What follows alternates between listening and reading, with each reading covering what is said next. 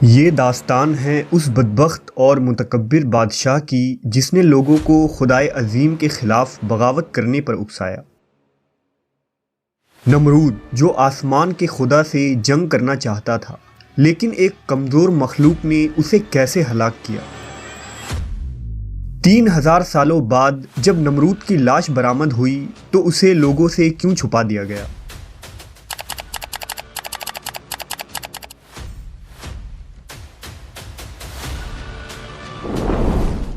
طوفان نوح کے بعد بابل، نینوا، سنار اور اس کے آس پاس کے علاقوں میں انسانی آبادی پھیلنی شروع ہوئی۔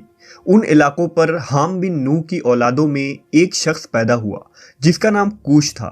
اس کی ایک اولاد ہوئی جسے تاریخ میں نمرود بادشاہ کے نام سے جانا جاتا ہے۔ نمرود ایک طاقتور، متکبر، جابر اور بت پرست حکمراں تھا۔ کہتے ہیں کہ سر پر تاج تاریخ میں سب سے پہلے نمرود نے ہی پہنا تھا۔ یہ بزور طاقت رعایا سے اپنی پرستش کرواتا تھا۔ نمرود کا زمانہ 3000 قبل مسیح کے آس پاس کا ہے۔ نمرود دنیا کی سب سے قدیم ترین تہذیب یعنی اسیریا یا سومیری تہذیب کا سب سے پہلا بادشاہ قرار دیا جاتا ہے۔ بعض مورخین نے لکھا کہ نمرود نے کافی لمبی عمر پائی تھی۔ وہ 400 سالوں تک حکومت کرتا رہا۔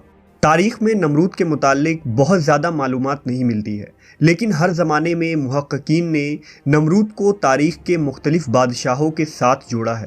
کچھ ریسرچر نمرود کو مشہور اشوری بادشاہ گلگمش قرار دیتے ہیں، کچھ اسے سومیری دیوتا مردوک کے ساتھ جوڑتے ہیں، تو کچھ نمرود کو امنہوتپ کا دوسرا نام قرار دیتے ہیں۔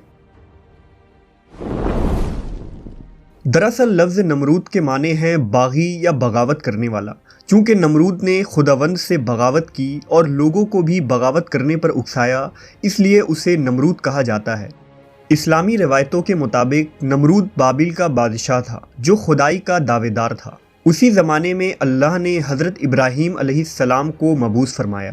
آپ کا مسکن شہر بابل کے قریب ار کا علاقہ تھا۔ جب اللہ نے آپ کو نبوت سے سرفراز کیا اور اپنا رسول منتخب کر لیا تو حضرت ابراہیم نے بابل کے لوگوں کو ایک اللہ کی عبادت کی طرف بلایا اور بت پرستی کے خلاف کھلے عام تقریریں کی، یہاں تک کہ ایک دن آپ نے بابل کے سب سے بڑے مندر میں رکھے تمام بتوں کو توڑ دیا۔ لہذا نمرود نے حضرت ابراہیم علیہ السلام کو اپنے دربار میں طلب کیا۔ نمرود نے حضرت ابراہیم سے کہا کہ اے ابراہیم، بتاؤ تمہارا رب کون ہے جس کی عبادت کی تم لوگوں کو دعوت دے رہے ہو؟ آپ نے جواب دیا، اے نمرود، میرا رب وہی ہے جو لوگوں کو جلاتا اور مارتا ہے۔ اس پر نمرود نے کہا، یہ تو میں بھی کر سکتا ہوں۔ پھر نمرود نے بطور سزا حضرت ابراہیم کو آگ میں ڈالنے کا حکم دیا۔ لہٰذا بابلی لوگوں نے ایک مقام پر بہت بڑا الاؤ روشن کیا۔ کئی روز تک آگ کو دہکایا گیا، یہاں تک کہ آگ کی تپش سے ارد گرد میں موجود چیزیں خاکستر ہو گئیں۔ آس پاس کے درخت جھلس کر کوئلہ بن گئے۔ پھر نمرود کے حکم سے حضرت ابراہیم کو آسمان سے باتیں کرتے ہوئے ان شعلوں میں پھینک دیا گیا، لیکن خالق کائنات کے حکم سے آگ ٹھنڈی ہو کر گلزار بن گئی اور حضرت ابراہیم صحیح و سلامت باہر آ گئے۔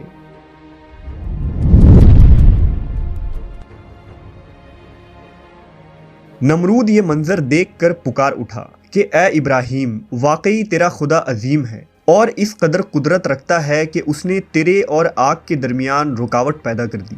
میں اس کی قدرت اور عظمت کی وجہ سے اس کے لیے قربانی کروں گا۔ پھر نمرود نے 4000 قربانیاں تیار کرنے کا حکم دیا، لیکن حضرت ابراہیم نے اس سے کہا کہ تیری کوئی بھی قربانی یا کار خیر قبول نہ کی جائے گی جب تک کہ تو پہلے اس خدا پر ایمان نہ لے آئے۔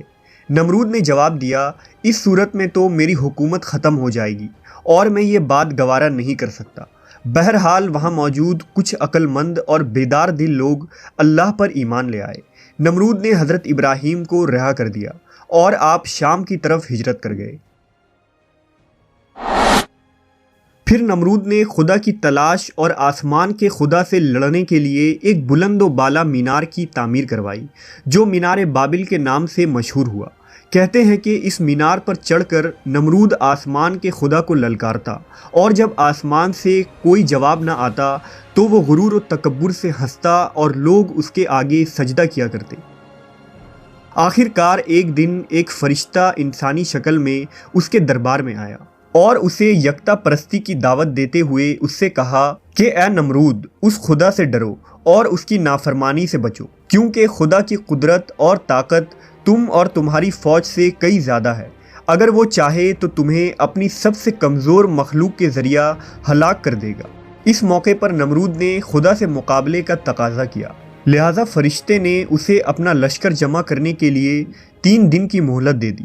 3 دن کے بعد خدا کے حکم سے مچھروں کی فوج نے نمرود کے سپاہیوں پر حملہ کر دیا، جس کے نتیجے میں اس کی ساری فوج فرار ہو گئی۔